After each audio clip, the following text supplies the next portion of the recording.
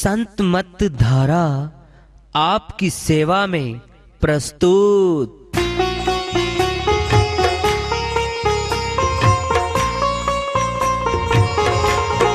जो चाहता है प्रभु प्यारा वो आओ संत मत धारा। भक्ति भेद बता कर सारा वो कर दे भव के पारा। जो चाहता है प्रभु प्यारा वो आओ संत मत धारा। भक्ति भेद बता कर सारा वो कर दे भव के पारा। जो चाहता है प्रभु प्यारा।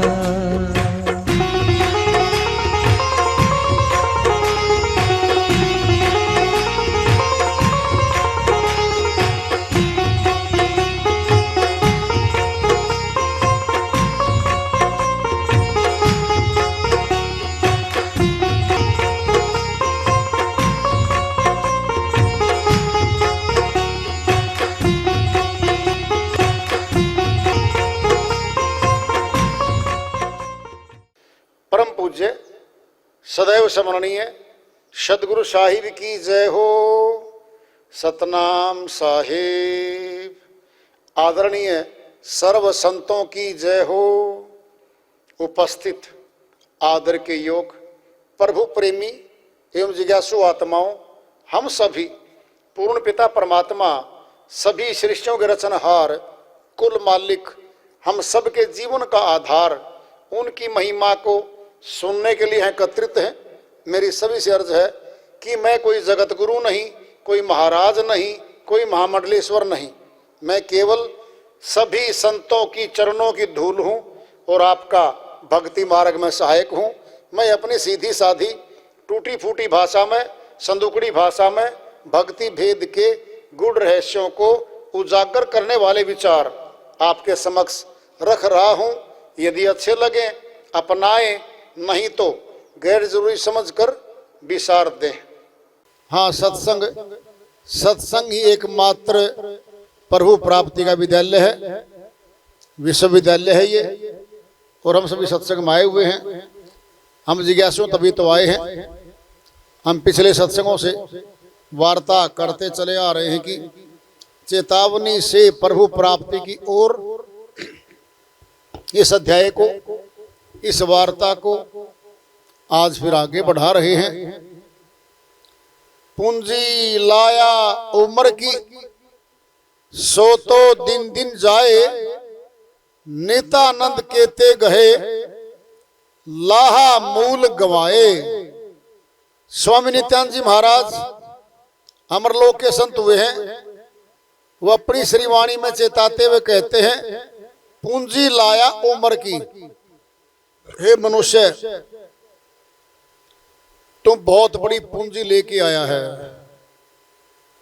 उम्र है तेरे पास, श्वासों की शक्ति तेरे पास है। सो तो दिन दिन जाए। 24 घंटे में 21,600 श्वास हम 9 द्वारों में खर्च कर देते हैं। ये पूंजी अनमोल है, कोई मूल्य नहीं है संसार में श्वासों का। श्वासों की कोई दुकान भी नहीं है, कोई मूल्य तो।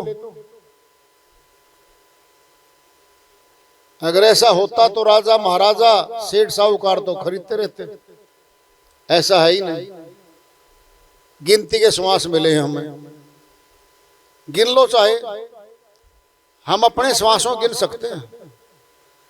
जपी तपियों ऋषि मुनि साधु लोगों ने, संतों ने गिने हुए हैं। ये तभी गिन के बताया गया है कि इतने श्वास हम 24 घंटे में खर्च कर देते हैं। पूंजी लाया उम्र की सो तो दिन दिन जाए। दिन दिन खर्च हो रही है। नित्यानंद केते गए लाहा मूल गवाए। नित्यानंद जी महाराज कहते हैं, कितने ही लोग यहाँ आए, कितने ही चले गए। लाहा मूल गवाए, मूलधन भी खत्म कर गए। क्या है मूलधन? मनुष्य तन। ये मनुष्य तन मूलधन हमारा। अगर आगे जाके मौत के बाद मनुष्य तन मिले तो मूलधन तो मिल गया, फिर ब्याज कमा लेंगे। और मनुष्य तन छिन जाए, 84 में दाखिला हो जाए आत्मा का, पतन हो गया, हार हो गई, आत्मा गुलाम हो गई, दुखों के सागर में चली गई, जहां दुख ही दुख है। लाहा मूल गंवाए, मूलधन भी खो बैठे। कम से कम भक्ति मार्ग में, संत मत की भक्ति में ये तो विशेषता है। अगर मान ले भक्ति करते करते मुक्ति धाम नहीं पहुंच पाई आत्मा, जितना भी सफर तय किया है वहां तो बैठ गई। कल्पना करो, जाना 500 किलोमीटर है, दृष्टांत ले लो। हम चलना शुरू हो गए, 100 किलोमीटर चले, बैठ गए, वापिस नहीं हो रहे, हम वहीं बैठ गए, 400 किलोमीटर बाकी है। जब चलेंगे तो 400 की ओर ही चलेंगे, हम वापिस नहीं होना। भक्तों का यही होता है, भक्ति करते करते जितनी भक्ति कर दी वो जमा हो गई। तन तो मिलेगा मनुष्य का, लेकिन वो भक्ति भी जुड़ के आएगी साथ में। कैसे? जैसे दृष्टांत पिंड में ले लो, एक बच्चा पैदा हो गया राजा के यहाँ, महल, धन, वैभव, नौकर चाकर चारों तरफ। क्या हो गया? अभी कुछ कमाई नहीं करी है, पैदा हो रहा है बच्चा, वो जमा पूंजी लिया जन्मों की, राजा के पैदा हो गए, राजकुमार बन बैठा। एक झोपड़ी में गरीब आदमी रहता है, उसके बच्चा पैदा हो गया। घर में एक सप्ताह का सामान नहीं है, राशन पानी भी नहीं है, दुख पीड़ा चारों तरफ है। पैदा हो के आए अभी दोनों, वह राजकुमार बन बैठा, वह गरीब के यहां पैदा हो गए, गरीब कहला रहा, गरीब घर में आ गया। कर्म तो अब करेगा ना, जब 18 वर्ष का होगा तब कर्म करेगा। ये क्या है? ये है कर्मों की गति। ये तो जगत में ले ली, अब इसको ले लो भक्तों में। ध्रुव भगत आया, 8-9 वर्ष की आयु में भक्ति शुरू कर दी। प्रहलाद भगत आए, देख लो, 8-9 वर्ष की आयु में शुरू होगी भक्ति। 20 वर्ष वाले बच्चे को भी नहीं पता भक्ति क्या होती है, भगवान क्या होता है, नहीं पता। और जिसको नहीं पता, चाहे 60 साल का भी हो जाए, उसको तो पता ही नहीं। जैसे पूंजी धन की मिली थी उनको, वो भक्ति का धन मिल गया इन बच्चों को, बचपन से भक्ति में आ गए। आपने कुछ देखा होगा, कुछ बिटियां हैं हमारी, टेलीविजन पे कंपटीशन में दिखाते हैं उनको, 5-6 वर्ष की लड़की डांस करती है, गीत गाती है, मीठी आवाज है, सारे काम सीख गए, पूंजी लेके आ रही है अगली।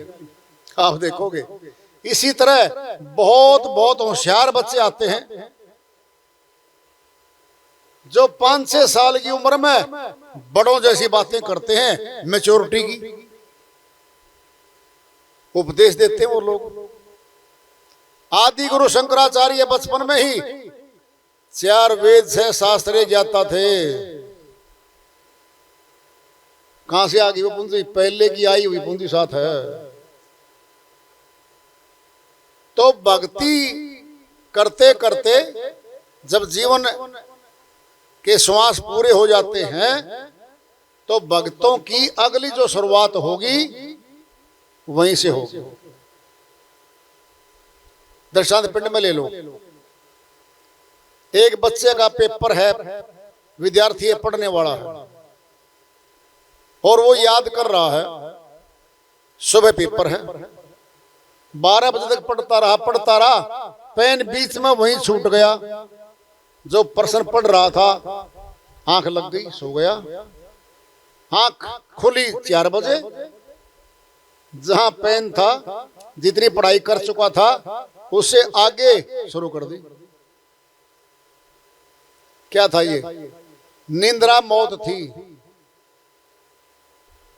नींद भी तो मौत की निशानी है। नींद निशानी मौत की, उठ कबीरा जाग, और रसायन साड़ी के नाम रसायन लाग। साहिब ने कह दिया है अगर मौत को देखना है तो निंद्रा में देख ले।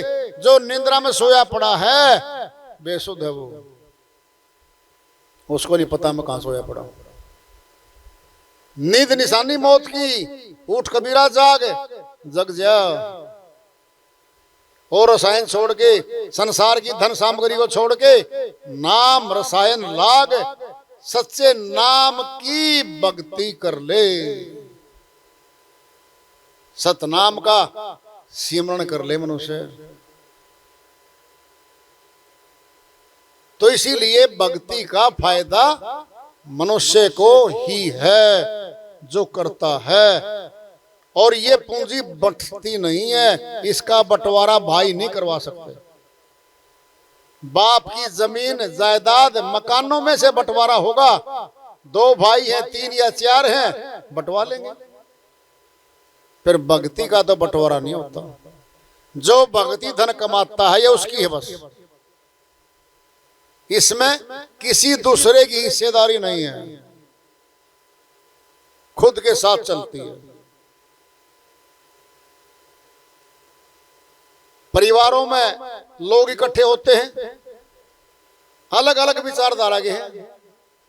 एक भाई सत्संगी है, दूसरा विरोधी है,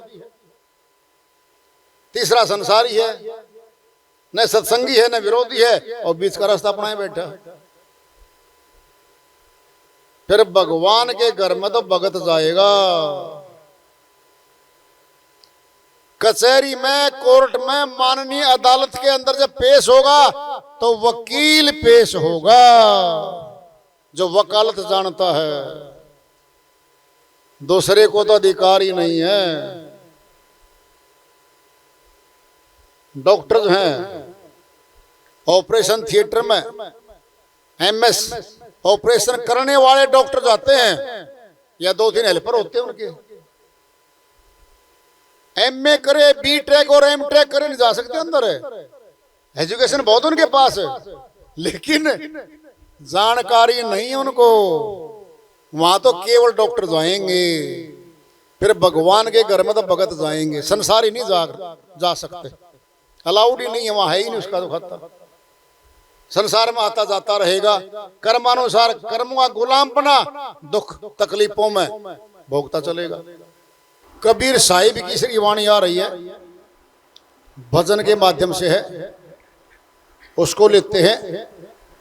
साहिब अपनी श्रीवाणी में फरमाते हैं, जगत चला जाए यहाँ कोई ना रहिया, जगत चला जाए यहाँ कोई ना रहिया, कोई ना रहिया जी, कोई ना रहिया। जगत चला जाए यहाँ कोई ना रहिया। चले गए कुंभकर्ण और रावण, चले गए कुंभकर्ण और रावण, चले गए राम लखन, चले गए राम लखन। चारों भैया, चारों भैया जी, चारों भैया। जगत चला जाए यहाँ कोई ना रहिया, जगत चला जाए यहाँ कोई ना रहिया। चले गए कृष्ण और यशोदा, चले गए कृष्ण यशोमती मैया, चले गए कृष्ण यशोमती मैया। चले गए गिरिशन यशोमती मैया। चले गए गोपी चले गए गोपी गोपाल कन्हैया। गोपाल कन्हैया जी गोपाल कन्हैया।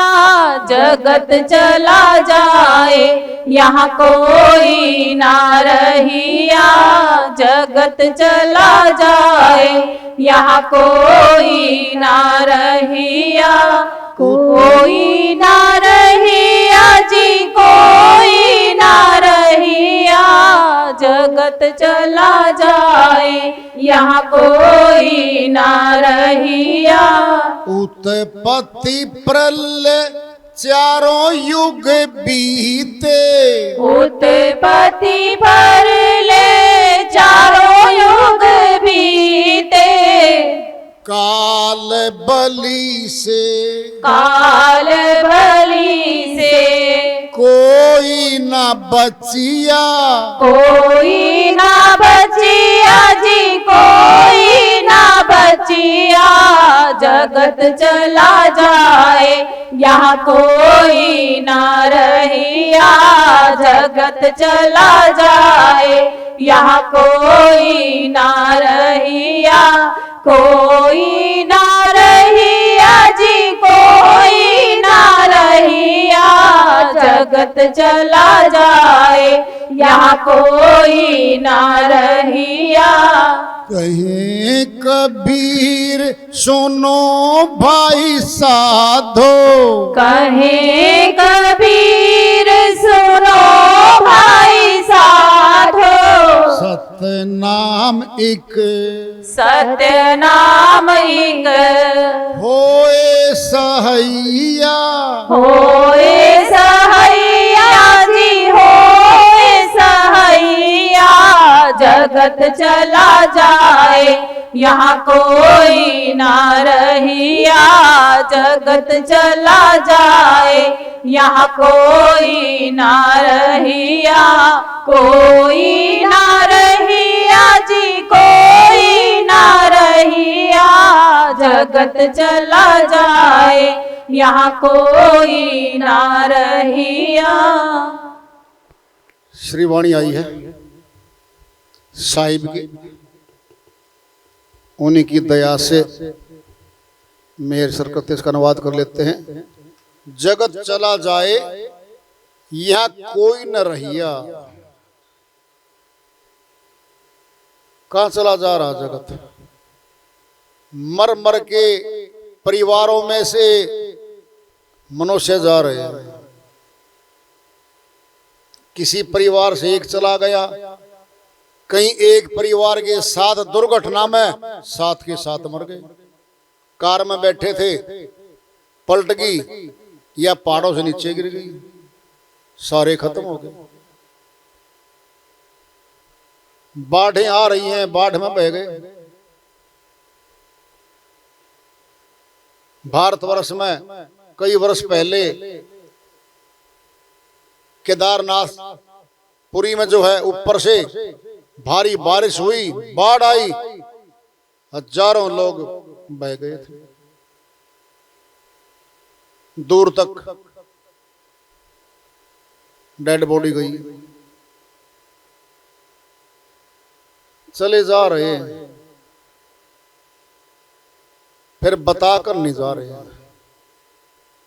हमारे परिवारों के नजदीकी जिनसे हम बहुत ज्यादा स्नेह करते हैं, कहते हैं कि हम तो साथ रहेंगे हमेशा के लिए, नहीं रहता कोई यहाँ।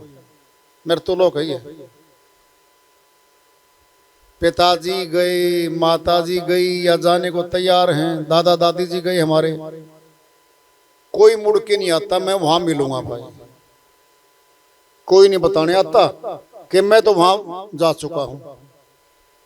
जगत चला जाए, जा रहे हैं, कोई ना रहिया परमानेंट है, सदा के लिए, सदी भी यहां कोई नहीं रह सकता। बड़े बड़ों की तुलना करेंगे साहिब, छोटों की बात नहीं है, अवतारों की तुलना करेंगे। शक्तिशाली योद्धा आए अपने टाइम में, उनकी तुलना करके बताएंगे। चले गए कुंभकर्ण और रावण, कहते हैं रावण शिवजी महाराज की भक्ति करता था, साधना करता था, और शिवजी गण भी उसको परमिशन के बिना नहीं मिल सकते थे। बहुत शक्तिवान था वो। और शक्तियों से लैस थे सारे वो। कुंभकर्ण 6 महीने सोता, 6 महीने जागता था श्रीमान जी। बहुत बड़ा बलवान था वो। चले गए राम लखन चारों भैया, साहिब कहते हैं भाई श्री राम अवतार पुरुष हुए हैं, समय पे आए। लक्ष्मण जी साथ गए थे वनवास, जब हुआ था 14 वर्ष का। कहते ये सभी भी चले गए भाई, अपने समय पे आए और चले गए। चले गए कृष्ण यशोमती मैया, यशोमती मैया ने मांग की थी अपने पास कि मेरी गोद में आए और मेरे यहां आए। जन्म कहां हुआ श्री कृष्ण भगवान का देखो, और पालन पोषण के लिए उनकी गोद में आए वो। देखो कहां पैदा हुए, कैसे चले, और कहां आके गोद मिली। क्योंकि मांग की थी उसने पहले जन्मों में कि मैं बनूं, और उनकी गोद में आए वो। यशोमती मैया चले गए गोपी, जितने गोपियां थी, जितने गोप थे, जितने भी थे, गोपाल कन्हैया अवतार पुरुष आए श्री कृष्ण भगवान। बहुत लंबी चौड़ी कथाएं हैं। वो भी चले गए, शरीर को छोड़ गए, नहीं रहा कोई यहां। उत्पत्ति प्रलय चारों युग बीते, साहिब कहते हैं भाई इस पृथ्वी की उत्पत्ति से और प्रलय तक 4 युग आए, और इन 4 युगों में जितने भी मनुष्य जन्म आए, काल बलि से कोई न बचिया, काल बलि सबको खा गया। नाम है मृत्यु लोक। फिर मृत्यु लोक है, जीवन लोक थोड़ी है ये।